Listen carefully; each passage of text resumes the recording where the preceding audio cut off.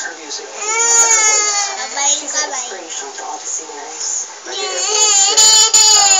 From time to time, lagi niyang nagbibigay ng napakagaling na performance. Bakit? Ay! Oo. Pag yung mga ibang contestant na kinakanta Whitney Houston, grabe na yung grabe na yung tabaho. Their gauge was to sound like, or better, the sound of Whitney Houston. First, it was her voice. Kahit konting linya lang yung kinakanta niya, parang mapapaw ka talaga. Sa mga songs kasi niya, mas, alam mo, may puso. And if Kasi you ano, mami, arty-artyhan. with your heart, parang, Kunyari na, ano, matouch ng mga tao. kunyari ako, mami. Laki ng talent niya at talagang Nagahit sa pinapakita puso. niya natin.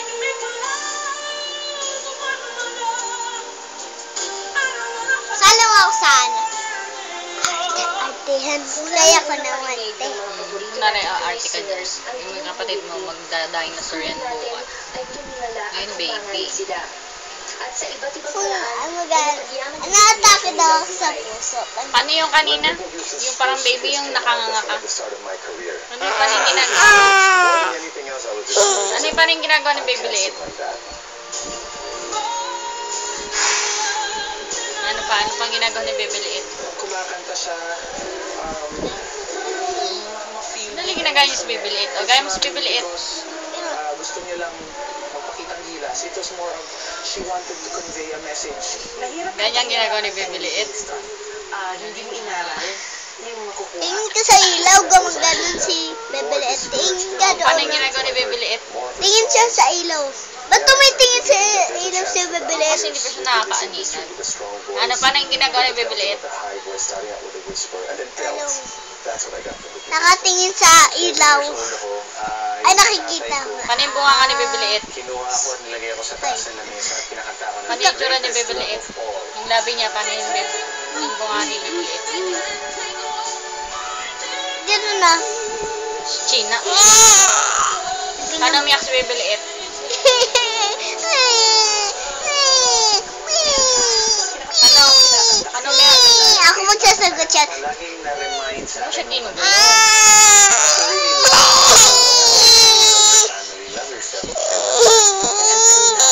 Na-share ko po. Paano pag natutulog si baby liit? Tulugan. Paano matulog? Tulog? Paano matulog si baby liit? Tulog si Bebeleet. Tulog na si baby liit, paano? Tulog gano'n, no?